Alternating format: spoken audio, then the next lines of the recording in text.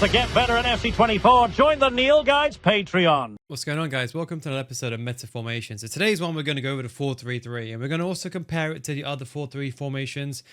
Is it better than the 4-4-2? Why do people use it more often? And the general gist of the formation. Now, the formation itself, in a real life standpoint, compared to FC, it's completely different. The problem is you have one striker. That strike is isolated. You may say to me, Neil, what about like a 4-2-3-1? Well, if you've always seen my 4-2-3-1s, my 4-2-3-1s have always been with this cam on stay forward, this player here. So this player virtually plays like, I would say like a centre forward here, talking about kind of like a second striker, this player in behind the striker. Whereas in a 4-3-3, let's say you talk about the 4-3-3 flat, you don't have that midfield area. So I feel like when you have the ball, you don't have those players that disconnect between your centre mid and your attack. That's the problem, is that when you're defending, you're going to have three centre mids. And then let's say when you go into the attack, your front three will be far ahead, then your midfield three will be quite a big distance. Whereas with the cam, it kind of connects the play together. So a lot of people find this formation very hard to play. In regards to the main attacking threat, I would say is these players.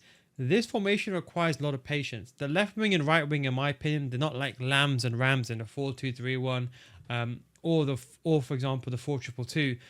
They're like wingers and left mid and right mid in the 4-4-2. But the issue is you don't have that other player to play against. So if you think about anyone's natural formation, most teams are going at least one CDM. Or let's say you play against a classic 4-2-3-1, you got two CDMs. So you immediately got two players man marking the striker. Now, this is why I always say, to be completely candid with this formation, if a pro player used this formation, they would probably still get 20-0 because they have that ability. People get this misunderstanding, or pros got to use this and that. No. Pro versus pro is different, but if a pro versus you, the player that's watching this right now, you're going to get smashed by that pro player. They have everything on 50, everything on balance, and they're using a 4-3-3. It's because it's their ability.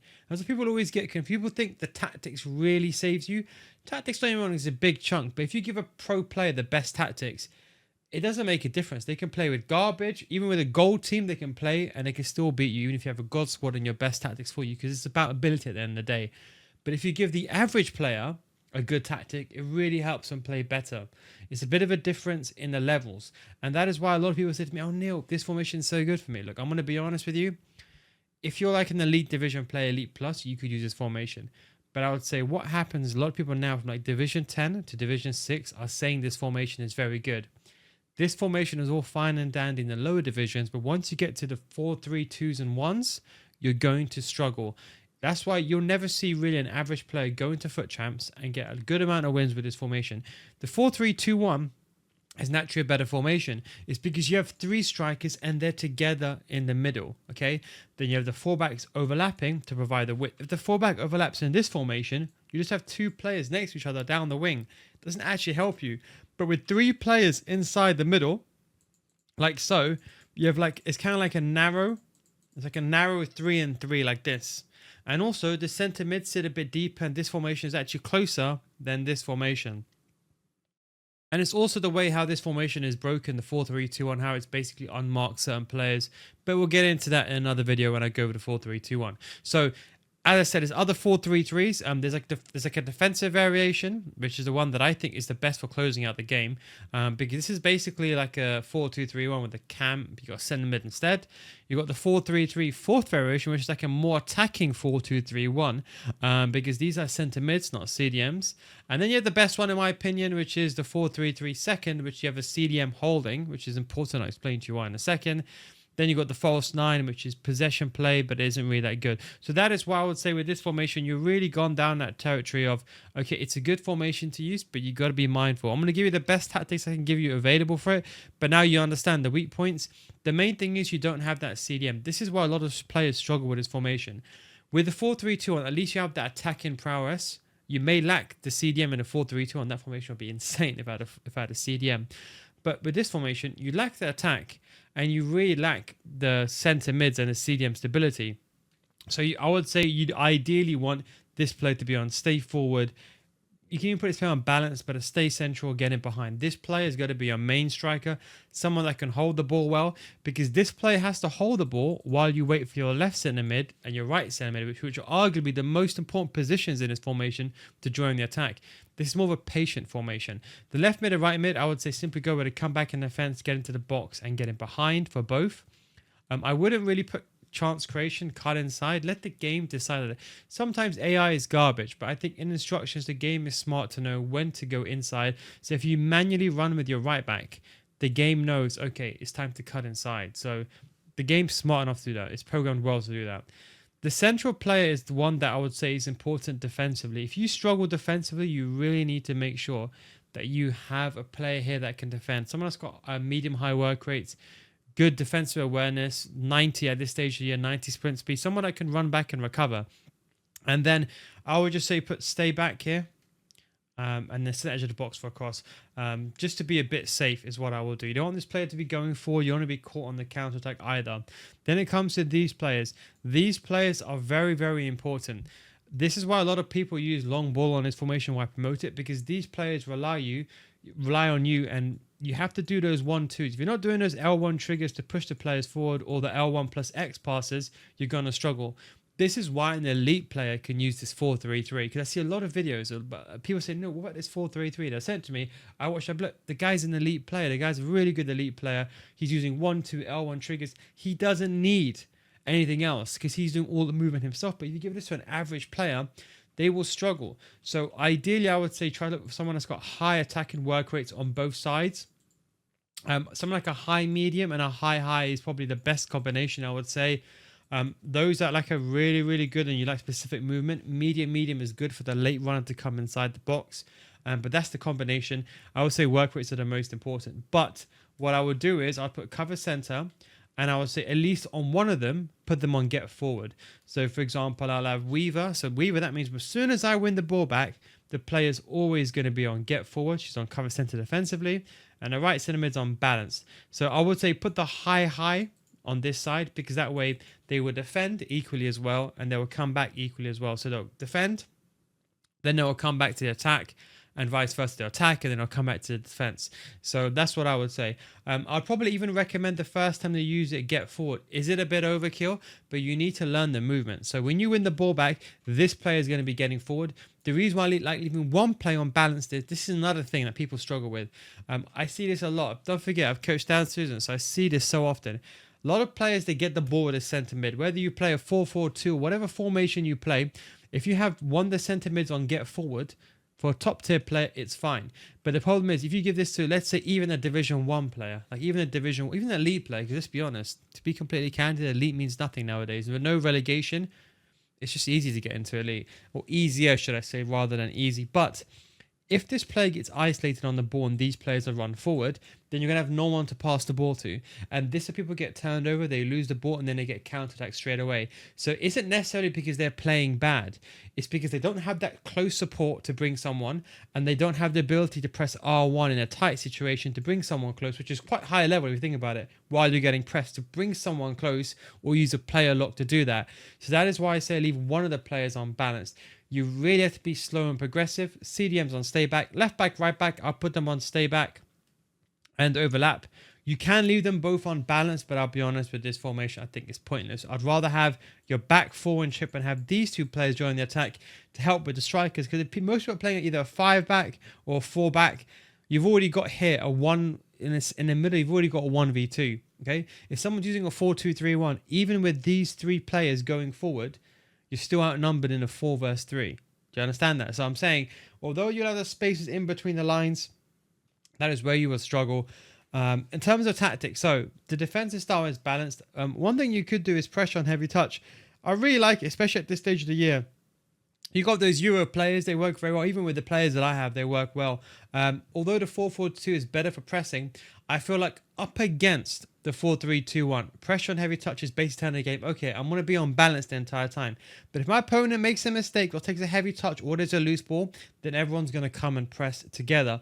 That's the real benefit of it. And I think with the 3 versus 3 in the midfield, you've got 3 centre mids. So your opponent loses the ball, you can basically latch onto your opponent. It's basically a 3 versus 3 all around. You've got your 3 strikers and your 3 players. And that is why I left the left mid and right mid to come back, and I left the striker on stay forward for that counter attack. You at least got one player on stay forward. And even if they do come back, they're not going to make some makeshift back six. They're going to stay in striker, and that is it. The actual width, I'd probably say around about 40. It's quite a wide formation attacking wise. Defensively, the one thing you'll find weak is kind of in the areas, on the wider areas. I think you're better identifying the middle of the pitch. Because these players on comeback and defense anyway, they're going to be marking those areas of left mid and right mid zones. So those won't be much of an issue. But I would say you don't want too much of a gap between your midfield three when you're defending. The depth is fine. I would probably recommend using a lower depth on this formation. This is kind of important, and it indirectly affects your gameplay. This is how you really know how people play the game and how they understand tactics. Sometimes depth is not just for defensive depth. It's how you progress in the attack. You see, if your team is so high up and pressing the ball, can you imagine if you win the ball back with your back four, for example, and then you find the gap between your three centre mids and your three attackers is too great? Now, depending on a skill level, if you've got the ability, as I said, if you're an elite player and you have the ability to hold the ball, know when to trigger the run, you're perfect, let's say you know how to left stick dribble like a pro, then you can wait for the run, then make the pass, and then progress the ball going forward. But that's why I say use a lower depth, because not only will that make you sit deeper in your defending, you can even go to 50. I think 50 is fine. I think it's not too low, not too... I'll probably go to 45 personally speaking. But this way, you'll be able to progress the ball in a slower method. I just prefer it because my team's not high up the pitch. There's not too much of a difference between my centre back. At least I can then still ping a driven pass from my right back to my centre mid, or even to my wingers. So although depth is important, and this is why when I make tactics videos, sometimes adjustments, people always say to me, Neil, why would you increase the depth or that if the meta is going this way? But the meta works on both sides. That's how you know someone really knows what they're talking about in terms of tactics. They don't just pump any numbers in. People always say, oh, +5. Do you think, I guarantee if you closed your eyes, I gave you like 65 depth and I gave you 55 depth, I promise you, no one would know the difference. I'm not going to sit and be like, guys, 54 depth, meta change. No, it's only when you go below 45 depth when you that's when EA have told us that your team drop off. And then of course when you go to 71 depth, when you get the big differences, and of course when you go to, I think it's about 31 or whatever it is, 30, when you go into that almost drop back position. But I think 55 is good. Anywhere from 45 to 55 is good. 50 is a good balance. You can still press the ball, but you can still progress forward. Now, build-up play. That's why I said to you, long ball is very, very important because it pushes these players going forward.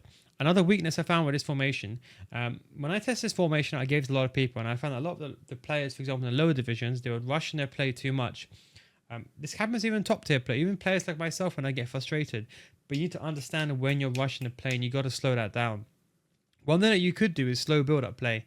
Now, this does seem counterintuitive, but this is very important because remember, when you win the ball back, you're waiting for this player to go forward and wait for this player on that balance roll to make that run going forward. You don't want these players just to zoom right ahead because then you're isolated by yourself. You've got no one to pass the ball to, and you're going to rely on doing a driven pass or you might lose the ball. So realistically, with slow build-up play, it forces you to think about what you're doing. It slows you down.